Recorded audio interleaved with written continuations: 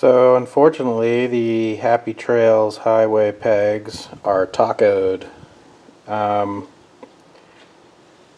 that you can see how these are kind of angled in this way, and the bottom is twisted here a little bit, but they don't have a weld up here on the top. I don't know if that would have made a difference or not. They don't have a weld on the top here on either side. They do on the bottom. But I'm not sure if that would have helped or not, but we're going to throw it in the vise here and see if we can straighten it out, straighten these out, and if not, we'll just have to deal with it. But kind of a bummer. First time dropped the bike. I only had these on for a couple days. See that skid, that engine guard is tacoed. But so that's the update. We'll see. Let me see if I can throw these in the vise and straighten these out a little bit. So those actually bent back pretty easy, the tabs there. But the problem is, you can see that the main tube there is kind of, let's see if I can capture it. Yeah, you can see how it's kind of bent down there, and so the holes don't line up anymore. So this isn't going to go back on the bike without being, you know, like this, one peg higher than the other. So basically this piece needs to be replaced, because I'm not going to be able to bend that that tube back. These bent back fairly easy though. I just took a ball peen hammer here and bent them back, and it's really pretty close, but just not quite straight enough. So I got on the KLR650.net forums, and I started looking around at, you know, what some other guys' results have been, and there have been guys that have, you know, kind of retrofitted and strengthened these a little bit. But since I'm in Boise, Idaho, I am right down the road from Happy Trails, so I went over to their warehouse where I bought this stuff to begin with, and actually ended up meeting the owner. His name is Tim, and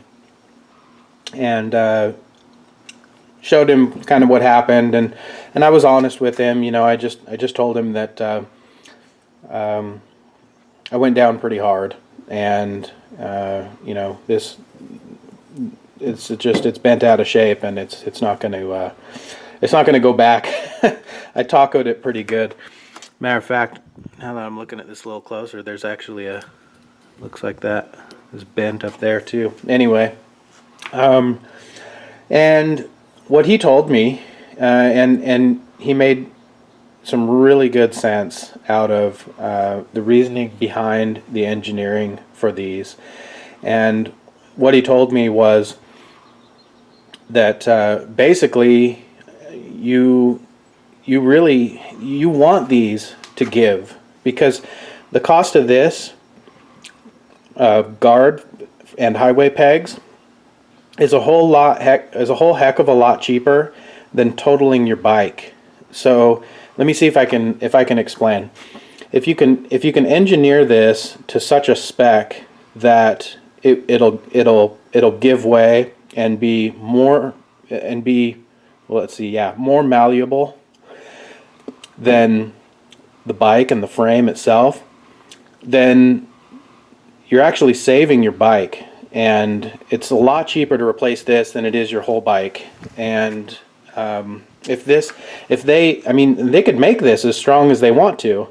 They could make it so that it never bends, but if you go down and you end up bending your frame and totaling your bike, then, you know, what sense that doesn't really make sense. So I think that a lot of people are a little they're a little hard on these kinds of accessories when they come to kind of review them, and they say, oh well, it bent, it's a piece of junk. Well, no, it's not. It's actually engineered that way, and it's actually doing you a favor that this bends. And maybe, you know, maybe it costs you a little bit to replace it, but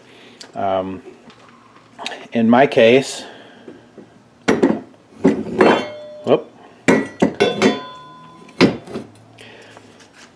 the owner, out of the goodness of his heart, gave me a brand new one, and he didn't charge me anything for it.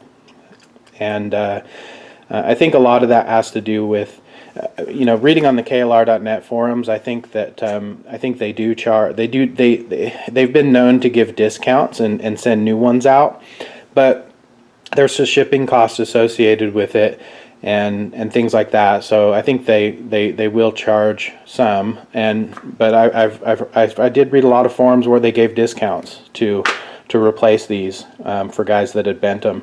And I think that because I'm local and because I came into the warehouse, it wasn't going to cost him anything but the steel, obviously, itself to replace it. So he just gave it to me, and I thought that was really cool. And you know, that in combination with the explanation, you know, made me feel a lot better that my bike's not totaled, because for as hard as I went down, it certainly could be. And you know, thinking about it that way, I'm glad that this thing gave way and folded before the bike folded. So, and you know what? The bottom line is that the bike didn't get hurt. I didn't get hurt, and that's key. You know, radiator didn't break. I didn't smash the radiator. I didn't smash the engine. I didn't. You know, I didn't damage anything on the bike. I didn't even break a fairing or anything like that. So, and you know, another thing to think about when you're talking about armor for your bike is there's just so many different angles that you can fall at. It's not really feasible to expect these guards and Nerf bars and crash bars and, you know, whatever you have on your bike. It's not really feasible, or it's not logical to expect them to you know, protect every scenario. That's just not reasonable. So I think in all, in the end, I was willing to pay for a replacement because I'm the one that bent it and I did the damage, so I'm responsible for it. And you know, the fact that he just gave me one, I thought was really kind of him. And